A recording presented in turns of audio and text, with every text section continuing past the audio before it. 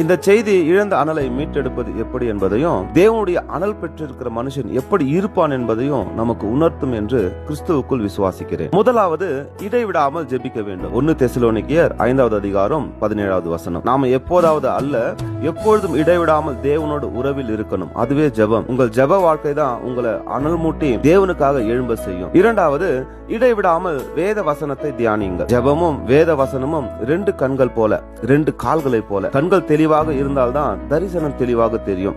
கால்கள் பலமாக இருந்தால்தான் அந்த தரிசனத்தில் உறுதியாய் ஓட முடியும்.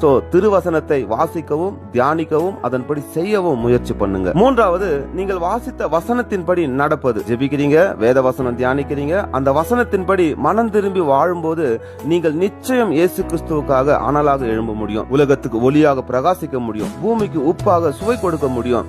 இது உங்களால கூடாதுதான், ஆனால் தேவனால் எல்லாம் கூடும் என்று விசுவாசித்து உங்களை ஒப்பு கொடுங்க. கர்த்தர் உங்களை அவருக்காக பயன்படுத்துவார். நான்காவது, சபை கூடி வருதலை விட்டு விடாதீங்க. எபிரேயர் 10வது அதிகாரம் 24-25 வசனங்கள். நீங்கள் அனலாக்கப்படணும்னா நீங்கள் அனலான இடத்தில் இருக்கணும். நல்ல ஆவிக்குரிய ஐக்கியங்களை, கூடுகைகளை தேடி போங்க. நீங்கள் எப்படிப்பட்ட ஃபெலோஷிப்ல இருக்கிறீங்க என்பது மிக முக்கியம்.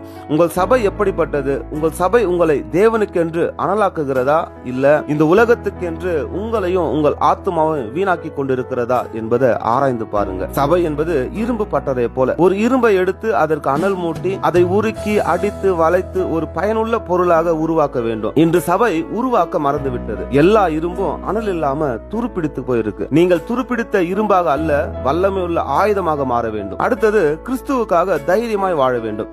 மத்தேயு 5வது அதிகாரம் 13-16 வரை உள்ள வசனங்களை வாசித்து பாருங்க.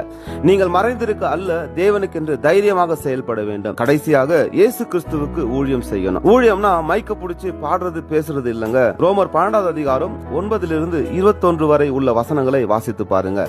நம்மில் அநேகர் மைக்க புடிச்சு பேசுறது மட்டும்தான் ஊழியம்னு நினைக்கிறோம். ஆண்டவராகிய இயேசு கிறிஸ்துவின் ஊழியத்தை கொஞ்சம் பாருங்க. 40 மாதங்கள் அவர் ஊழியம் செய்ய 40 நாள் உபவாசித்து தம்மை அர்ப்பணித்தார். தேவாலயங்களிலும் ஜெப ஆலயங்களிலும் வீதிகளிலும் பரலோக ராஜ்யத்தின் சுவிசேஷத்தை பிரசங்கித்தார்.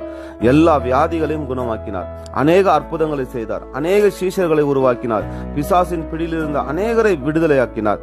பசியுள்ளவனுக்கு போஜனம் கொடுத்தார். நன்மை செய்கிறவராய் சுற்றித் திரிந்தார். கடைசியாக அவருடைய தீர்மானத்தின்படி நம் எல்லாருக்காகவும் அவரையே ஜீவ பலியாக ஒப்பு கொடுத்தார். பின்பு மரித்து 3ஆம் நாள் உயிர் தெழுந்தார். அன்பானவர்களே, இன்றைக்கு ஊழியம் என்கிற பேர்ல எப்படியெல்லாம் நாம வஞ்சிக்கப்படுகிறோம். சரி, அவர்களை விட்டுடுங்க, தேவன் அவர்களை பார்த்துக் கொள்வார். நீங்கள் வஞ்சிக்கப்படாதீங்க. அசதியாயிராமல் ஜாக்கிரதையாயிருங்க. ஆவியில அனலாயிருங்க.